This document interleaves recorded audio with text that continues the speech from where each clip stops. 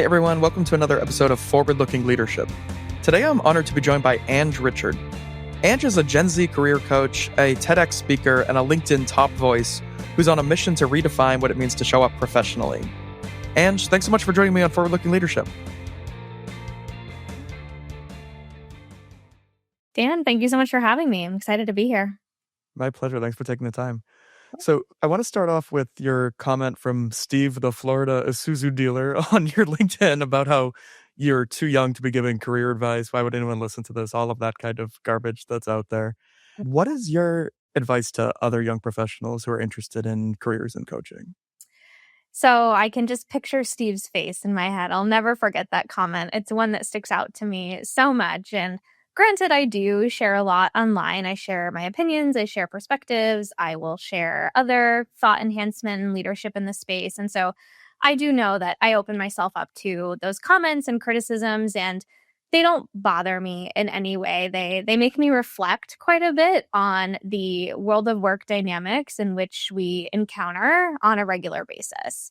There is a lot of bias toward Gen Z showing up in the world of work, right? There's a lot of bias from young people toward senior leadership and supervisors and managers based on certain styles or approaches and ways that they might perceive work-life balance or not, and what early career professionals are looking for, right? So there's a lot of nuance in the world of work. There are a lot of perceptions that maybe are based in personal experience or greater clickbait headlines, but all that to say, for folks who are striving to be coaches, who are striving to share their voice online, who are striving to bring about their perspective in an open forum, you may receive comments like Steve's. And that is just something that is par for the course. And it's all in how you handle it. It's all in how you work with it. Anytime I do get some sort of critical or negative comment, I really try to assess, what is this based in? Is there something I can learn from this? Is there a good conversation that can come from this? Steve's comment, wasn't really too much there to have a good conversation with. If he approached it differently, maybe we would have had some good banter. I just said right back in his face, who are you? Too old to be criticizing young professionals, because it's exactly what that kind of comment was rooted in. Again, for folks who are striving to be coaches, who are seeking to be online, remember that positive feedback that you get. Remember those positive messages that you receive from your clients or folks in your periphery, that DM that you get when someone says your post resonated with them, when people tell you they're glad to have heard your voice. Those are the comments that matter. You are helping someone. And even if you just help one person a day, or someone's, just one person is saying, oh my gosh, that really resonated with me, that is all you need. It really is all you need. And those comments can be really tough to get through, but hopefully you have a network of folks around you who can remind you of how great you are, who can remind you of how much value you can bring. And hopefully those comments get a little bit easier to deal with.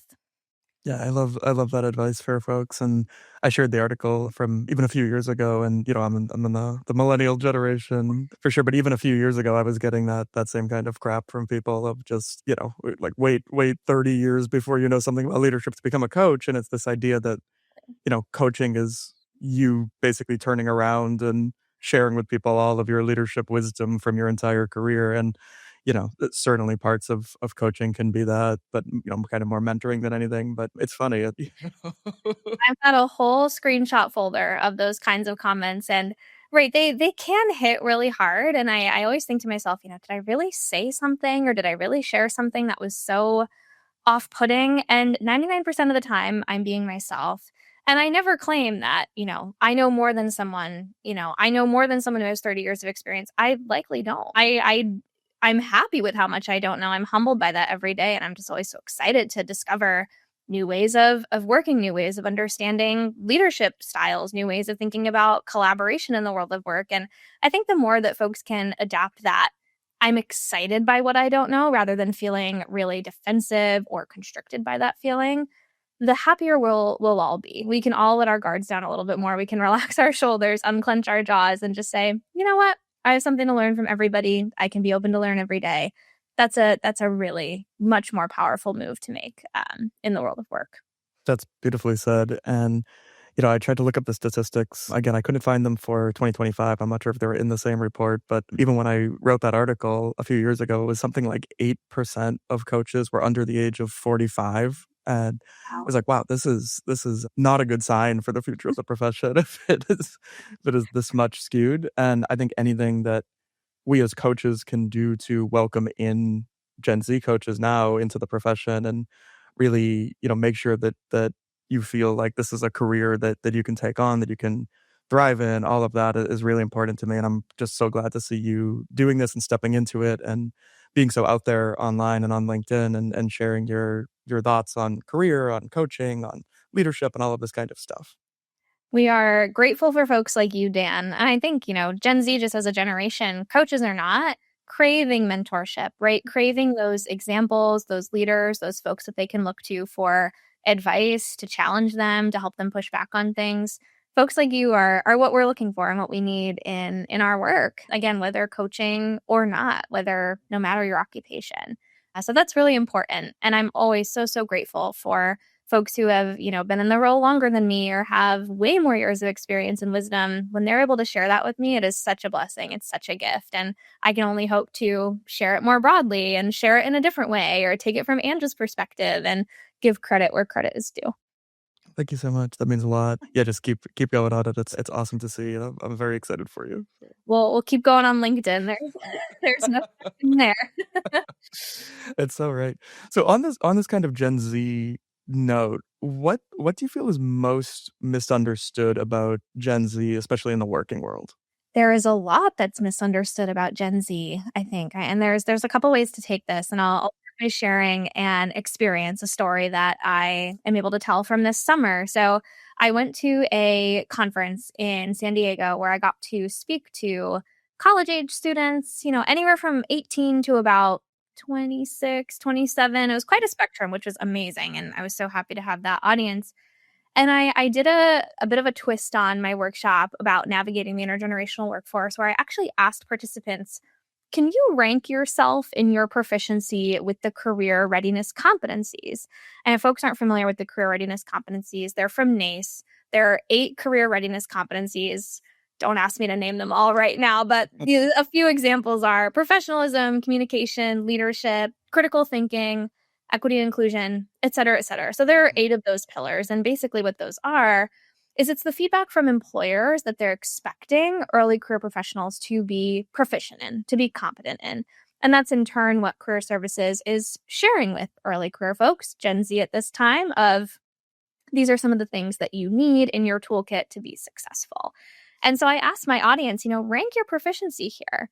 And what we know from NACE surveys is that the world of work, the managers of Gen Z, they believe Gen Z is really strong at technology and equity and inclusion. Those are kind of the pillars of them, Mm. right? And they rank them very poorly in communication and professionalism, especially. Critical thinking is also down there as well. Well, when I asked my audience, and granted, I'm talking to a group of scholars, some pretty, positive, motivated young people. But anyway, they ranked their professionalism and communication incredibly high, Hmm. very, very high. And they ranked their career and self development in both of the groups that I had. It was about probably 60 people total. Career and self development fell at the bottom. Hmm. And technology was kind of in the middle, equity and inclusion is in the middle. And that just told me, there is such a disconnect between what employers are perceiving and how Gen Z believes they are showing up in the world of work. So that is a huge misconception, right? If we have an early career employee who thinks that they are communicating very strongly, very well, and that might look like maybe more direct communication, more often communication, requesting feedback, but we have a manager who says, this young employee is not self-sufficient. They're asking for too many follow-ups. They need too much, reassurance or feedback. Like, this is a style that I'm not used to. We're operating very parallel, right? We're not operating together. There's no kind of integration or collaboration there. And so that is one of the bigger misconceptions, I think, about Gen Z in the world of work. And one that comes up quite a bit is this, where are they falling on career readiness competencies and how are they showing up in the world of work? What Gen Z might perceive as their strengths the world of work might not see those in the same way. Another really crucial study out of Susie Welch's research lab at NYU showed, employers want Gen Z to want to work for the sake of work, right? That's a very core value. Gen Z does not have that value. There's more of a work-life balance value. And so again, we're in a era of very different values in the world of work. And I think they're only becoming starker, especially in this very competitive and even less competitive, just sort of a vacuum job market of just nothingness, right? It's not competitive if we're not even getting emails back, opportunities to interview, opportunities to connect with employers. It's a bottomless, empty pit. And so I think there's a lot of these, misconceptions that are getting exacerbated by the challenges young people are facing to even make it in the world of work. Questions about, what have I been doing all this time, all these years to be successful and be a positive contributor in our world of work, and I'm not getting anything in return. I'll end with a couple, lots of headlines, lots of clickbait about Gen Z, right? I mean, they bring their parents to an interview. They're the most difficult generation to work with. Managers are firing them left and right. They're adopting terms like micro shifting, career lily padding, career minimalism. I mean, we could go on and on about all of those, but I think all that to say, Gen Z is being very vocal about their values in their own offices and workplaces, but also a little bit more broadly, given social media. Maybe it's LinkedIn, maybe it's TikTok, maybe it's Substack even. There's a lot of writing that's happening. And so I just encourage everyone to be very open, be very cognizant of how your individual teams are operating and functioning, because that may not be representative or conducive to what the headlines are saying. Take care to take stock of your people. And again, just be so open to learning and understanding and growing in a way that might be a little different than you have done before.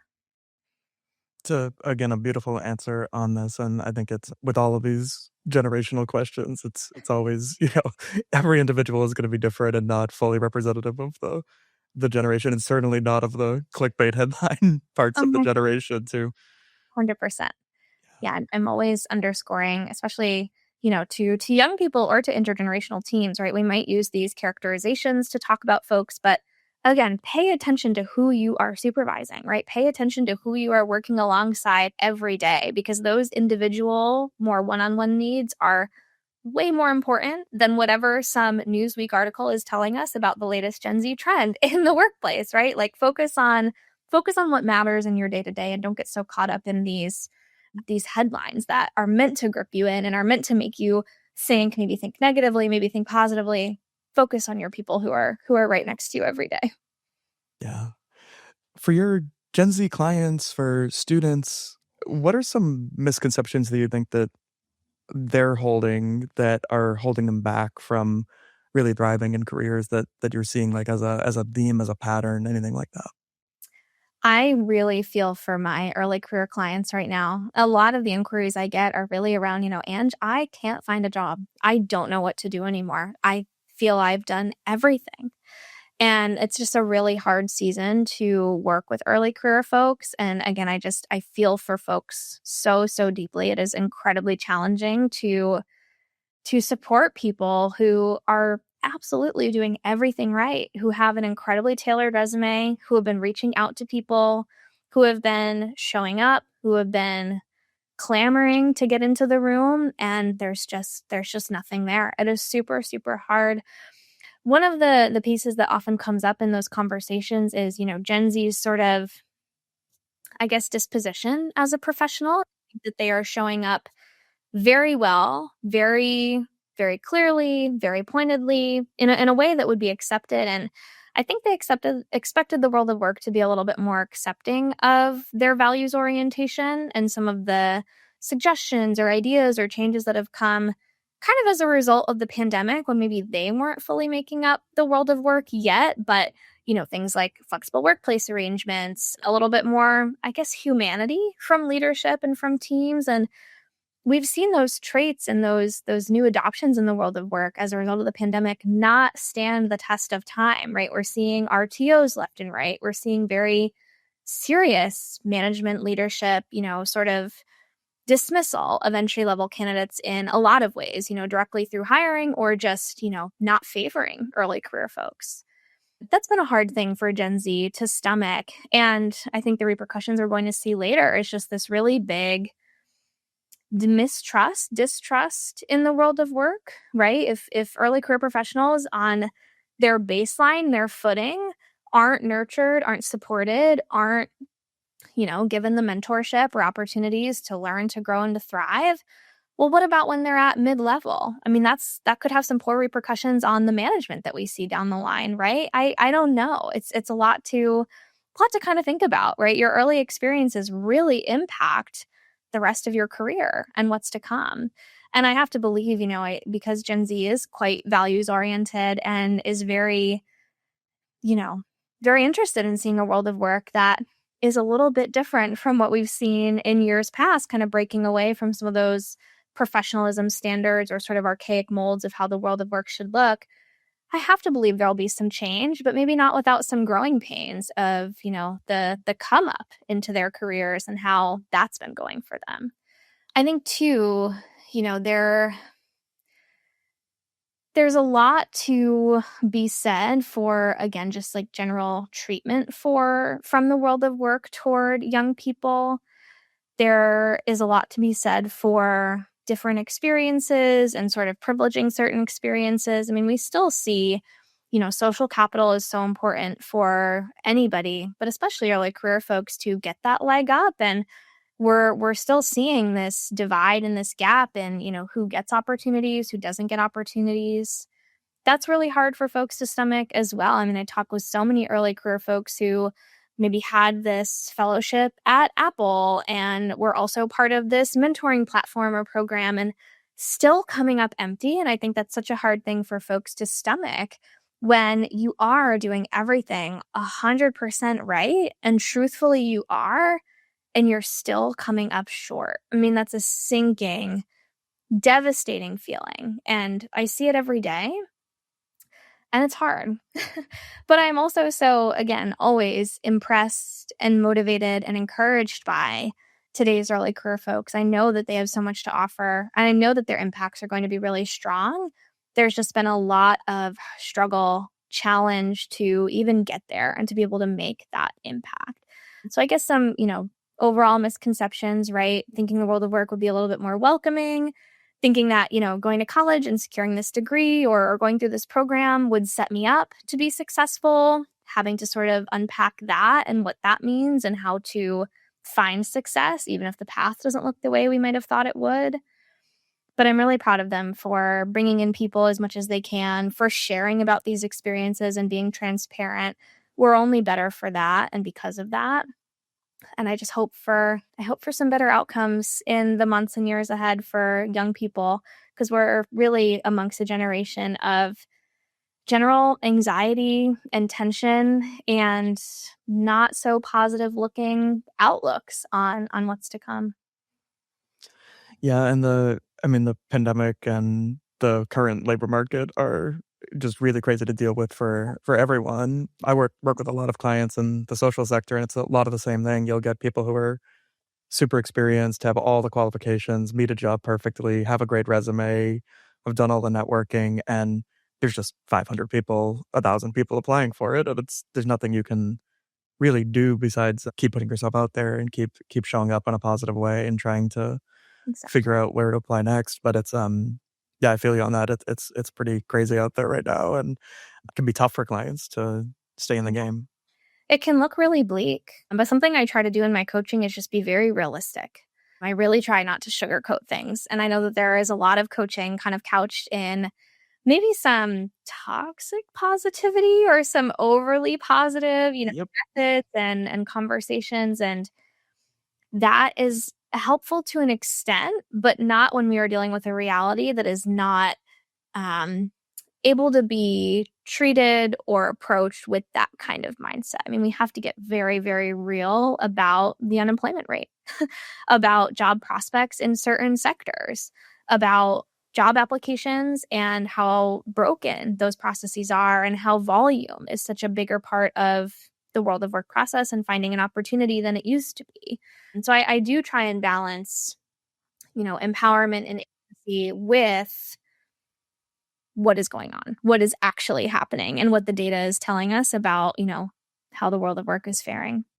I'm so glad you brought that up, and, I always say I have a love-hate relationship with the coaching profession, and that is certainly one of the hate parts of it is this everything always has to be that positive future orientation, and that's largely true, but there's a healthy dash of reality that needs to be mixed in there, and I'm so glad you're going right for that and bringing in your expertise in the data and all of that into it. I'm happy to. It's something that is really important to me because again, right, we can only give so much advice or insight or wisdom while turning an eye, not looking at the data, not looking at what the Bureau of Labor Statistics is telling us, not looking at what, some consulting reports are sharing about workplace values and workplace culture. Yeah. So I'm glad that you are prioritizing that as well. I think it's super important and can lead to some more uncomfortable conversations, but the ones that are really needed for early career folks to understand what's going on around them.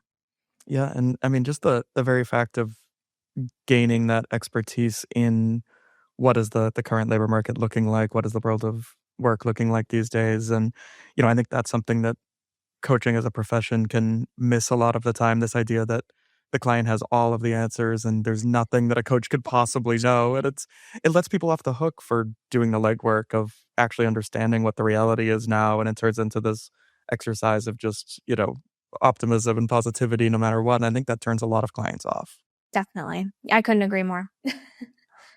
So you're on LinkedIn and really, can I say crushing it on LinkedIn. As complicated a relationship as I have with coaching, I think I have probably even more with LinkedIn and And I'm how strange this platform can be.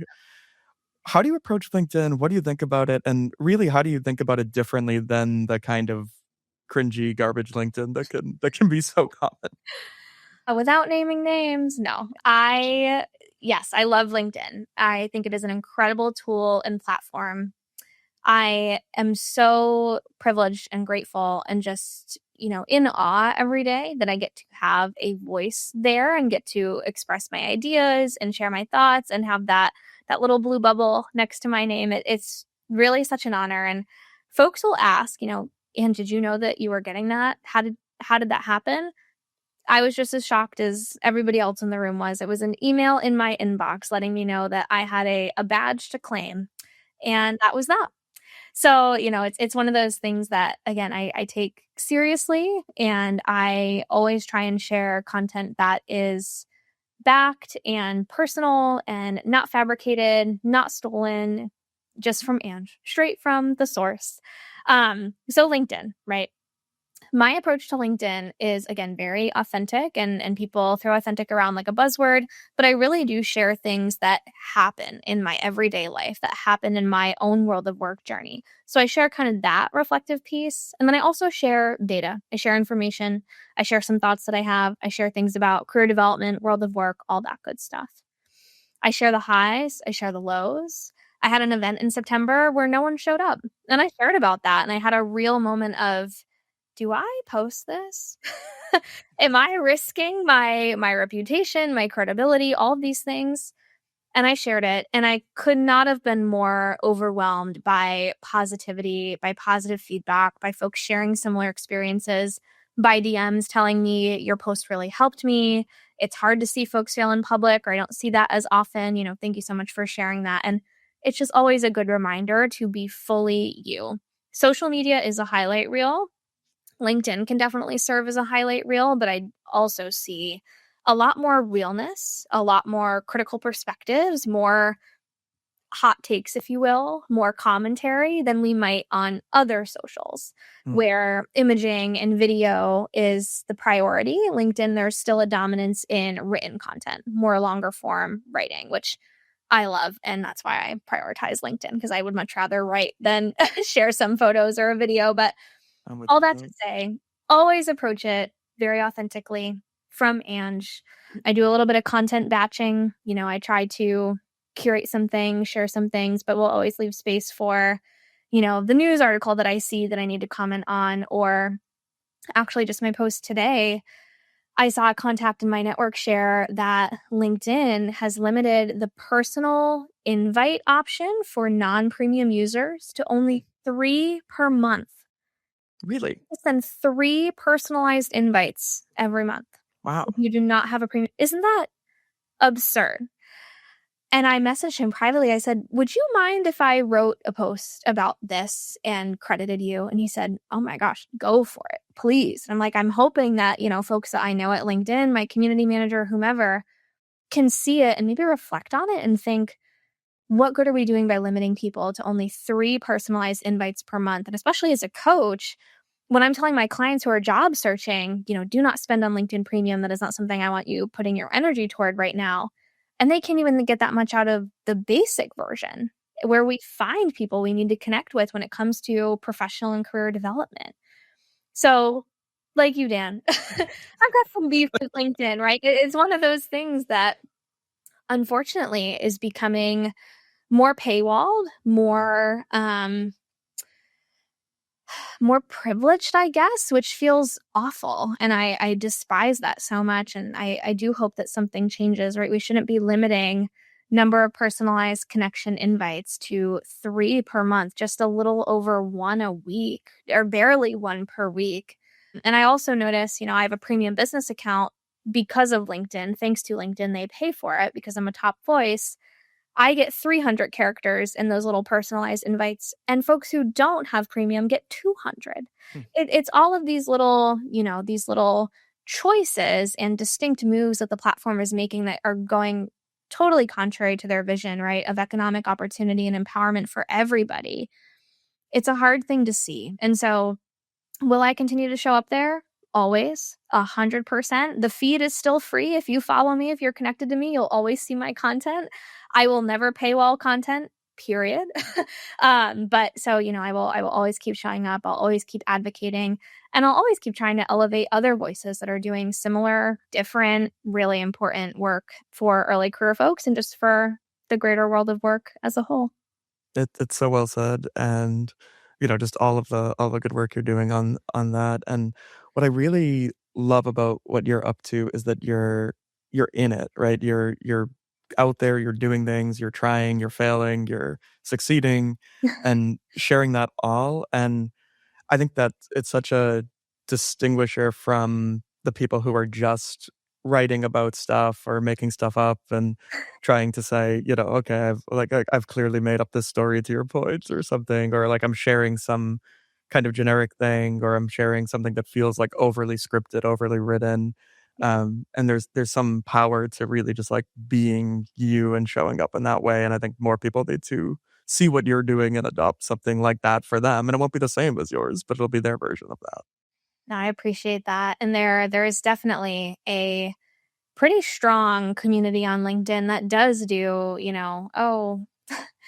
AI regurgitated, rewritten, AI responses to comments, and they're only on that platform to use third-party lead generator tools to Mm. buy into their courses or join their community or what have you. And I don't engage with any of that. And I've had so many of those DMs over the years. Oh my gosh, Ange, come work with us, come be a part of this. Do you want to 6 times your monthly income? And no, no, absolutely not. If you follow me, you connect with me, you are never going to get one of those, hey, in your DMs, saying, I, help coaches do this. Would you Mm. be interested? And all that follow up. Absolutely not. That is not what I'm about. Warm outbound. If I know you, if I see you commenting, liking, whatever, hey, how's it going? Thanks for being here. Let me know if there's anything I can do to support you. Yeah. Simple as that. But yeah, and to that point about LinkedIn, you get to curate whatever you want to see. Follow those people whose ideas, whose visions, whose content niches, whose areas are inspiring to you that are going to help you. I follow so many folks who never met before, no idea who they are. I like what they share. They give me something to think about. I follow a ton of AI in the world of work content because I'm not diving into it a ton in my day to day. It's not my top priority, but I want to keep a finger on the pulse of what's going on. So I follow those folks who share about it. Maybe it's written with AI, I don't know, but they share about it and they'll share, how companies are pivoting, right? Updates in the news that we need to be aware of, how early career professionals can stand out with artificial intelligence, how they can leverage those skills, how they can use them in their own career journeys. And that helps me be a better coach, right? I'm able to share from this person. I can share that person with my client. I can tell them to follow them, can share where I got that info from.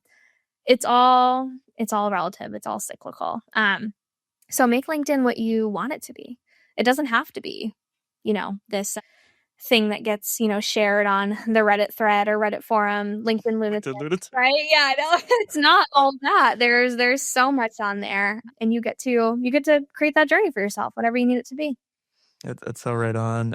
I think a big part of it is selectively ignoring the advice that says you have to do it this way, because that leads to the worst kind of content. That Totally. the AI comments now are just, I see them all the time, and it's just, what are you doing? Like, I have so much less respect for people I see who's posting those, even if otherwise I would be interested in following them or working with them or anything like that. And it's just this, like, obviously AI generated comments that doesn't add any real value to things. It's just stop.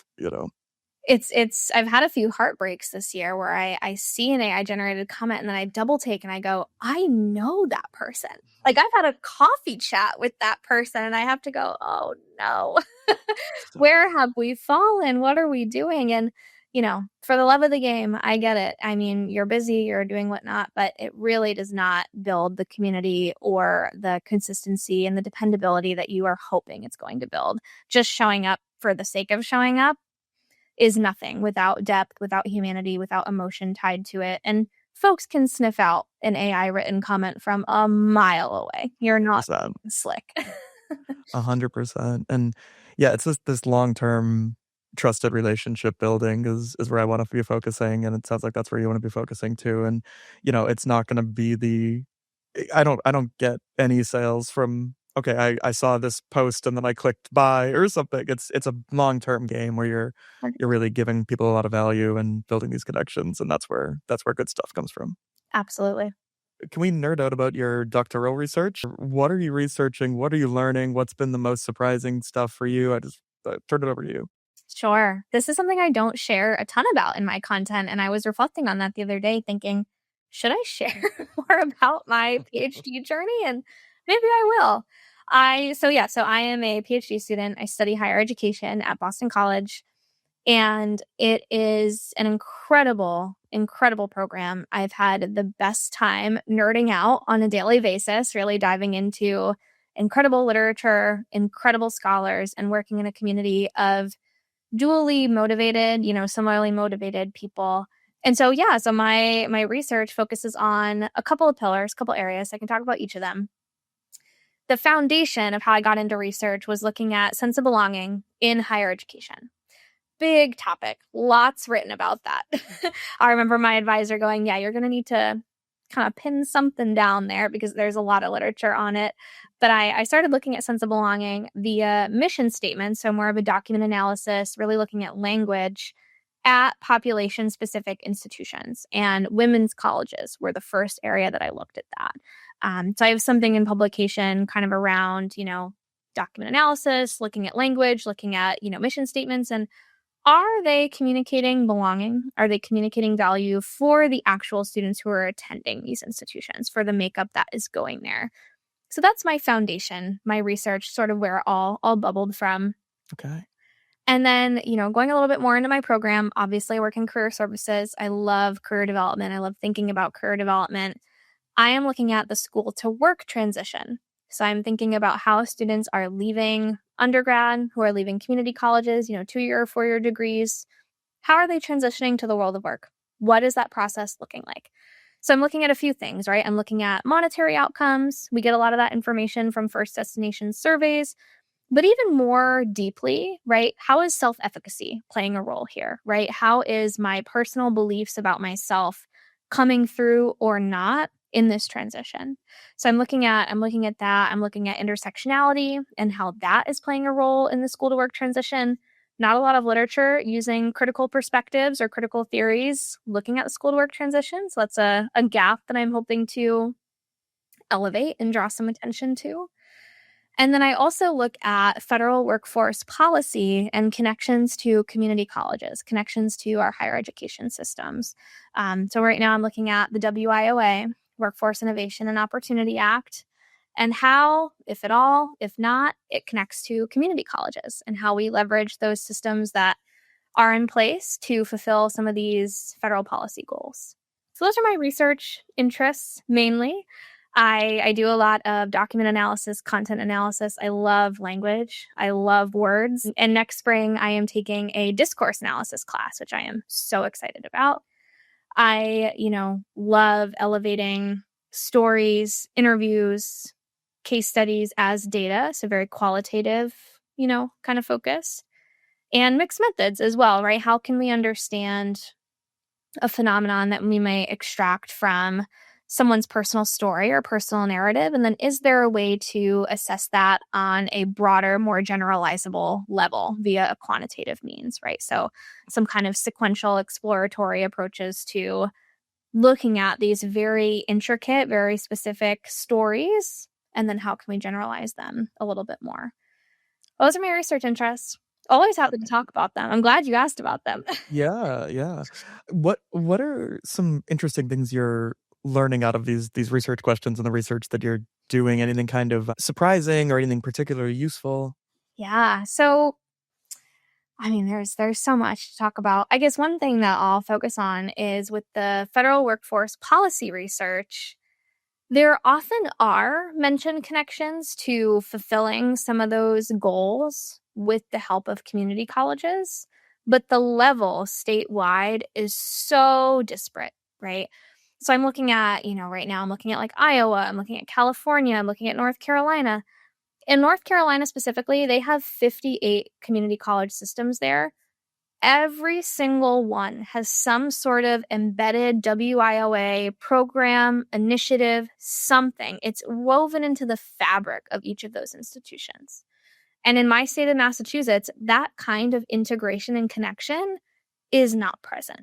So there's such a degree of variance going on, and looking at these documents, looking at how, again, it's document analysis, it's content analysis, looking at how policy is articulated to describe these connections, the utilization of, the presence of, very, very different state to state. And so that gets me thinking more about student experience, student outcomes, right? How does that, go forward? How does that, play a role here as well? So that's something that, is pulling out. And again, it's hard with research, right? Because so much of it is in progress.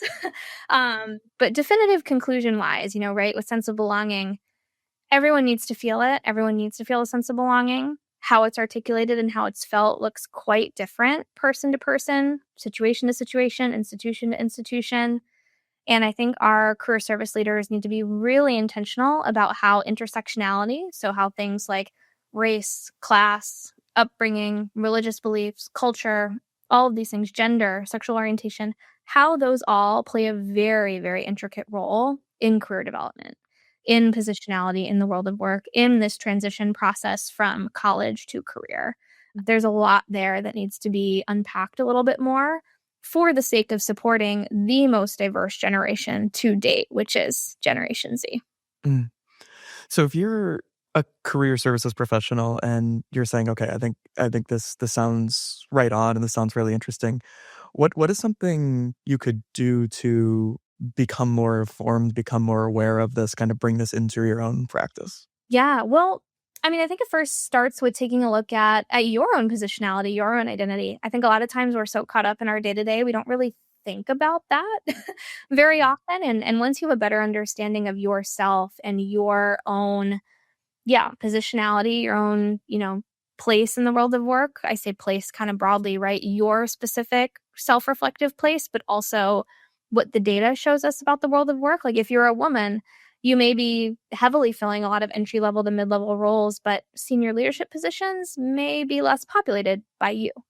Thinking about, women of color, right? Let's take those two positionalities, women, person of color, take those together. Leadership opportunities are even less prevalent for women of color, are taking up less seats by women of color. So throwing in all of those things and really taking a hard look at what is my positionality? How can I better understand students? How can I ask important questions to understand their experience, to support them in a myriad of ways is really, really key. staying up to date, staying informed, there are a lot of resources. Some of my favorites are Anthony Abraham Jack's books, The Privileged Poor, talking about first generation college students, and then Class Dismissed. And so looking at sort of these different dimensions of our identity, first generation, person of color, but let's say I also went to an affluent high school. Like how does that match up, right? Maybe you're a more, I don't know. There's so many things there. But committing to those opportunities to learn about something you're not as familiar with or that is not a part of your own experience or identity makes you a better professional every single time. You're able to empathize, you're able to ask questions, you're able to begin to understand from the perspective of, I hear you, I see you, I will never go through this, or this is not part of my journey or experience, but I understand that it's part of yours, and here's how I can help you. Yeah, so getting started, right? That commitment to self-reflection, talking about it maybe with some colleagues or folks that you are comfortable with, and finding a webinar to attend, finding a talk by someone who, maybe doesn't look like you, who's sharing about a topic that you've maybe heard about 100 times, but you're going to get a new perspective. Those are easy, small steps and big wins to get started. Yeah. No, it's again really great advice on this and really practical for people to be able to do something with there as well, and obviously a longer term reflective journey in that. On the community college thing, this is the first time I'm hearing about this particular issue, honestly. From, like, the student experience, let's say you're a community college student in North Carolina, Mhm. and you're a community college student in Massachusetts somewhere. Yeah. I guess what does the alignment with this federal program look like for you as a student from, like, the student experience, and how does that differ? How does that matter? How does that make a difference?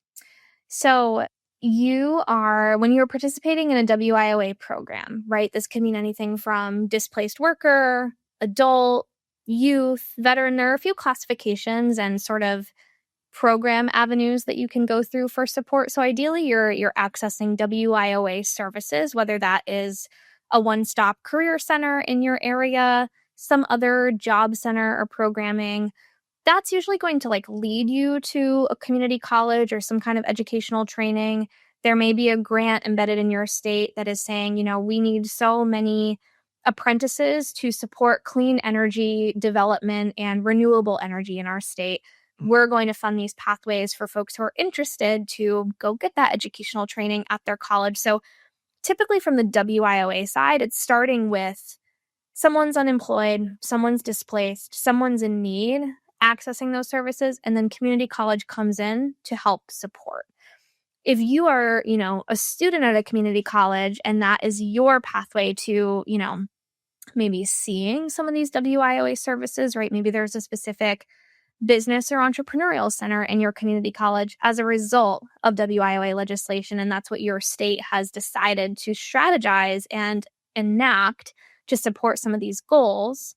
You get access to that too, right? You're probably on a more specific academic pathway, a degree, a plan, something that you've decided or created for yourself, but you're all working together and you're all, going to classes alongside each other, maybe accessing similar services. I would hope that there's access, across campus to these different services, whether they are WIOA, mandated or strategized or created or not. But those are kind of I'd say, two camps of how those interact at a community college. And community colleges in general, right, we know are so strapped for services or so strapped for support. And so WIOA programming and policy can really help strengthen these supports that are enacted and available at community colleges for not just folks who are accessing those WIOA services, but are also part of that campus community. And when we have more integrated partnerships, right, let's say a nonprofit and a community college and some other workforce development agency are working together and are channeling a lot of resources at a community college, that benefits everyone, right? That benefits our students, benefits our local employers, supports our local economy, supports workforce development. It's a win, win, win, win. And so that's been really fun to see in these plans too, of how beyond the one-to-one connection, how different agencies and stakeholders are coming together to better support folks who are maybe struggling, who are unemployed, underemployed in the world of work?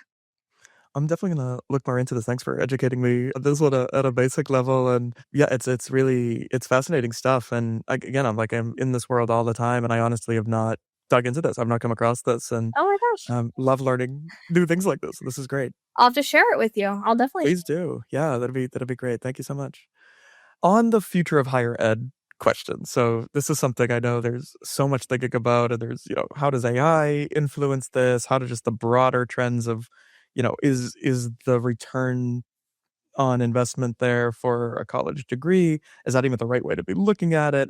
All of this kind of stuff. How do you personally see the future of higher ed shaping up? I mean, there's a lot here, right? Let's start with higher ed really needing to take a quicker approach to the efficiency movement, to the artificial intelligence movements and trajectories that we're seeing in the world of work, right? Higher ed has never been known for being efficient. That's sort of the antithesis of higher education as an institution as a whole. And I was actually talking about this last night in a class, right? How is higher ed responding to the innovations, the efficiencies, and the rapid changes in world of work outcomes for the student experience, right? How are we pivoting higher education curriculum, purpose, length, duration, what have you, to kind of meet the need of the moment? There's a lot of unknown there. I mean, we have our second largest private employer in the United States, Amazon, telling folks Amazon was never designed to be an employer. And they're making 75% of their workforce and their work production automated by 2033. Whether we like it or not, how positive we want to be or not, these huge fundamental changes to what jobs look like and what jobs are available is coming. And higher education for students, for folks who enter it, is usually a means to job, career, upward economic mobility, more prosperity, more. It's a future thinking effort. It's a forward looking effort that folks partake in to do something better that they couldn't have had beforehand without that college degree, right? So that leaves a lot of question. We've had a lot of discourse on what is the ROI of higher ed, and that is something that higher education leaders and employers together really need to think deeply about and understand. Students are taking 4 years, tens of thousands of dollars in loans. I mean, so much is going into it and not much is coming out of it right now. That's not specific to just some majors, it is across the board. That is alarming. That's going to cause a lot of worry for young people, and understandably so, right? You're seeing your older sibling pour their heart and energy into school and not have a job. Hmm. That's hard. That's really hard. And I was saying to my peers last night in class, I'm like, what do we do when 600,000 jobs are off the table? What do those people, what do we do? Yeah. Like there's not so much that we can do, and I don't have the answers, right? We can't shift everyone to be an automation engineer. Like that's just not that's not feasible, that's not practical. And people are trying to reimagine, oh, what is this new world of work looking like? I mean, we need jobs. I mean, people need to make a living, people need to work. That's something that's been true forever. So Dan, it's kind of a philosophical conundrum for me. I really don't know, but I do know that the future of higher ed has to be very responsive, very transparent, and very realistic about how the world of work that they are sending students into is responding to education, to degrees, to experiential learning opportunities. And that is something that we're starting to see a little bit of. I wouldn't be surprised if more institutions have stronger employer partnerships and pipelines that are more named and specific. I wouldn't be surprised if we see maybe some pivoting from the summer internship model to different ways to get students involved at employer partners. But on a more broader level in the years to come, I don't know. And I'm frankly a little bit nervous about it. And it's so powerful to hear this from you, and just someone on the kind of front lines of this, right? Of really seeing this in a way that's very stark. Mhm. And I think a lot of people are removed from seeing this so clearly, but you're seeing, students graduating and not having opportunity there, and that is alarming, right? That's something that is going to already is in a lot of ways, but it's going to continue to be exacerbated. And I think opening that question of something has to change, what do we do with this, is very, very, very interesting to me. And I think something that's going to take a lot of very smart people giving a lot of thought to over time. But even ringing that alarm bell now sounds important. Yeah. Yeah, no, I'm glad that you agree, right? It's a conversation we need to start having, start thinking about again a little bit more realistically, a little more deeply. We're very quick to be overtly positive and praising, and don't get me wrong, like there is AI for good. I mean, there are so many wonderful things that are happening that we can be doing with this new technology, and just thinking about higher ed as an evolving system and responding to meet the moment. But it is also incredibly scary Mm. when folks don't have jobs and there is already concerns around, and I was thinking about this in class. Technology is evolving, higher ed as a system is evolving, things around us are evolving, but our needs most often remain the same. Like at a baseline, we are very concerned about affordability, food security. Can I live in a home? Do I have an income? Am I healthy? Can I get health insurance? Those things remain a need. And so, how do we address those needs and make sure that those needs are met in a system and in a world that is evolving quite rapidly? That may not be taking all those needs into consideration as those technologies, as those systems, as those hierarchies are shifting. Um, yeah, I was in a pickle in my own head last night. It was like, oh my gosh, this is a lot. It's a lot to think about. Yeah, there's no easy answer on this, right? But I'm giving this a lot of thought now too, and you're starting to see it show up in our politics and Oh my and gosh, in yeah, how the world is right now, and all of this stuff that is easy for kind of, traditional elites to say, "Okay, that's all well and good, but that's not really the point of higher ed, da da da da da." And it's really showing up in a big way, and it's not something that can be glossed over. And I think we're starting to see that, and we'll only see more of that coming to fruition in the world.